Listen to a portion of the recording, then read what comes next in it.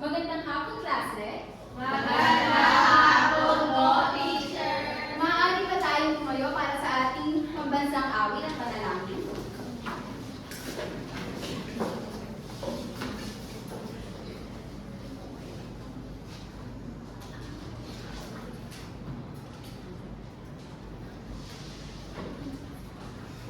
Atin nga itong awitin.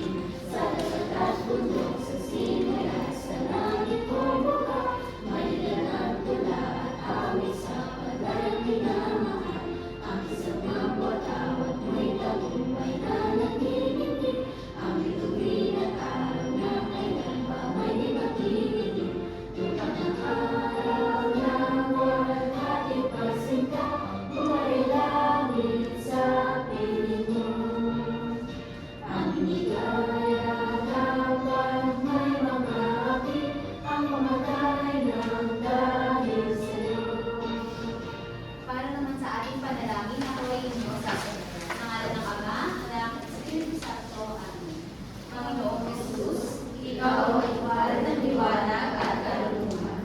Nang lawan mo ng iyong liwanag ang aking isipan, upang maunawaan ko ang aking mga aralin.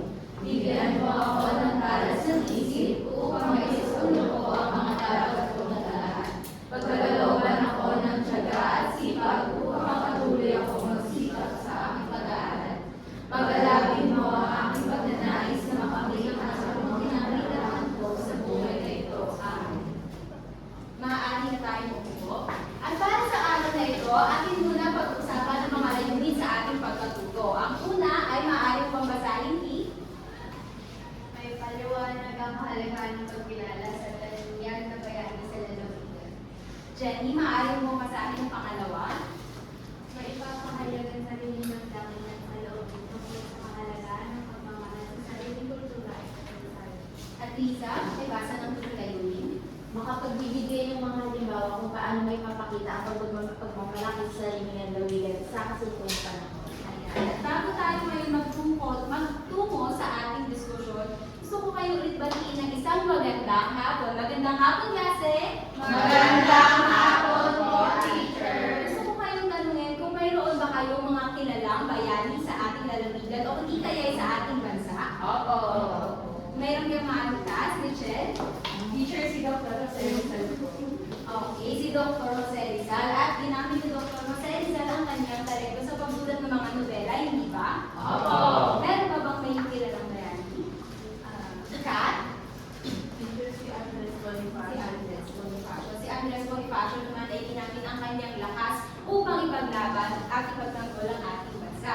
Kahanga-hanga dahil marami kayo o may mga kilala na kayo mga bayani sa ating bansa. Ngunit ngayong araw, pag-aaralan natin ang kilalang o tanyag na bayani sa ating lalawigan, ang lalawigan ng Cavite. Ngunit bago tayo magtungo doon, tayo muna ay may kailangan gawin at kailangan ninyo, nakikita ba hanggang sa likod? Ayan.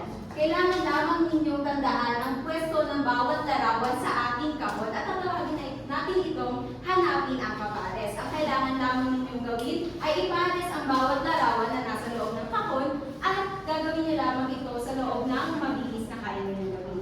Kaya ba? Oo. Nakabisado na ba kung saan nakalagay ang bawat larawan? Opo. Kailangan na natin na itong italikod at magtaas ang gustong sumagot. Rachel?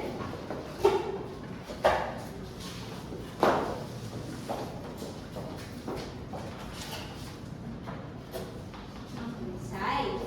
Jachin?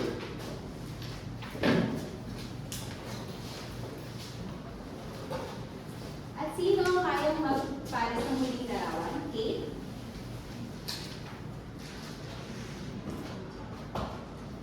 Ayan, natapos na natin ipares ang bawat larawan. Ngayon, ano kaya ang napapansin ninyo sa loob ng kahon na ito?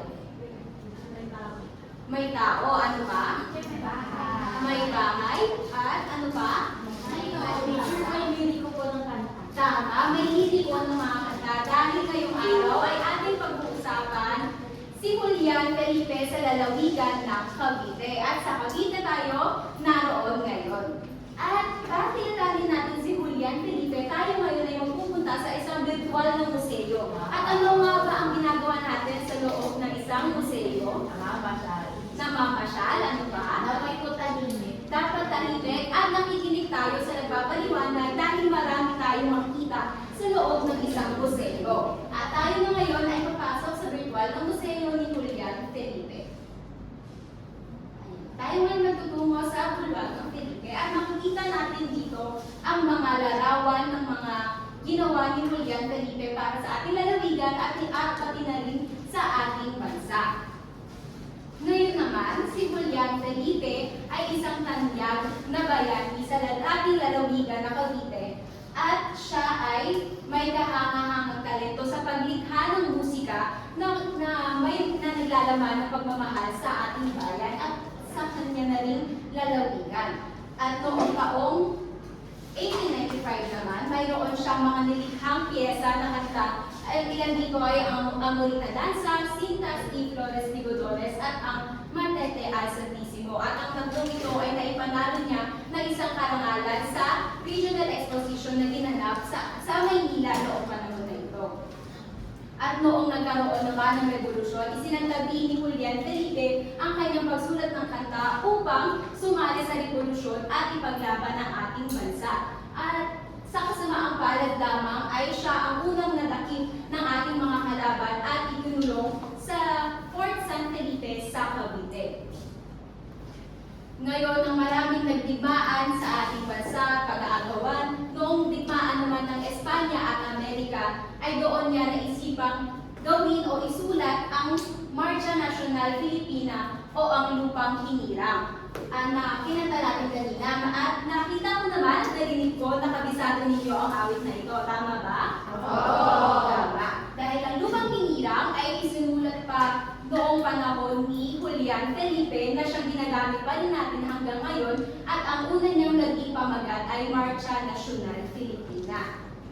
At noong Hunyo 12, 1898 naman ay naging malaya na ang Pilipinas at kasabay nito ay isinapubliko na yung kantang nilikha ni Julian Felipe para sa ating bansa.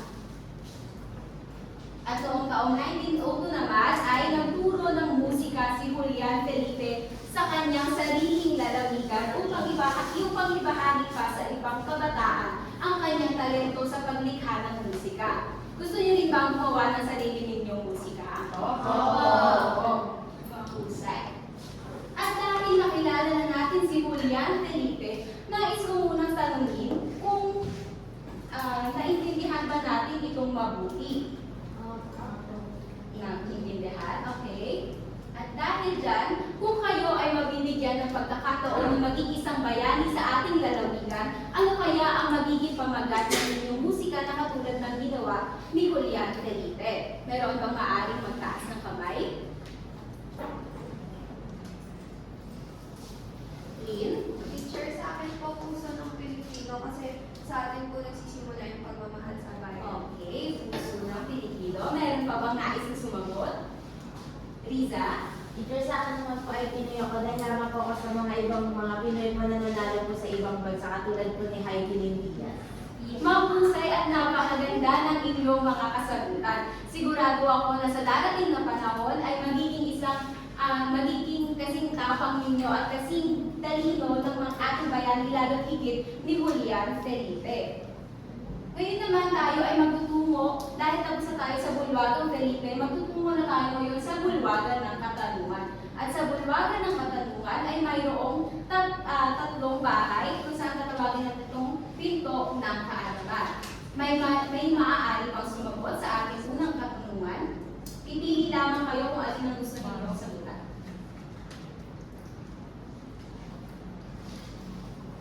Rachel?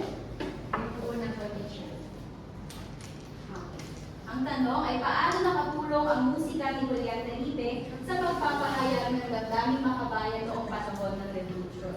Teacher, nakatulong po ito dahil po pinakita po nung kanta po ni Juan Felipe kung paano po mahalin yung bayan po na. Mahusay. At kasunod,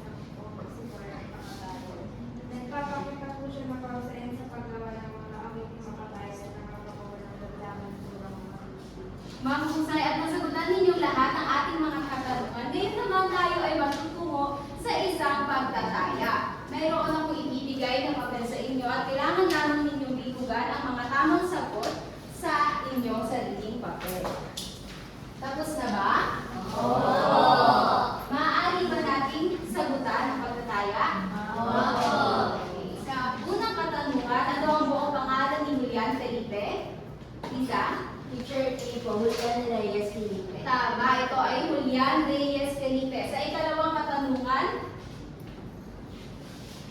Christine, Unang pamagat ng lupang hiniram ay Marcha, Sipo, National Team. nasyonal. Tama. At ikatlong katanungan, Neri, Sa akla ng bigan sa Pilipinas, nagmula sa Cavite po. tama. Sa Cavite. At ikaapat ka, Sa panahon, paanong paraan pinapakita ng Munyan Felipe kung makuhay niya sa bansang Pilipinas? Before musika. tama. Sa pamamagitan ng musika. At ikalimang katanungan, Jachin, Alin sa mga ito ang maaari niyong gawin upang may pagmalaki ang inyong dalawagan? A po, teacher, magiging mabuting modelo at pagmamala ang dalawagan. tama. Dapat tayo ay maging isang mabuting modelo sa ibang tao at ipakita natin kung gaano natin minamahal ang ating sariling lalawigan. At para sa inyong takdang aralin, kailangan lamang ninyong lumikha ng isang tula na naglalaman ng inyong mga mensahe para sa ating lalawigan. Naintindihan ba, klase? Oo!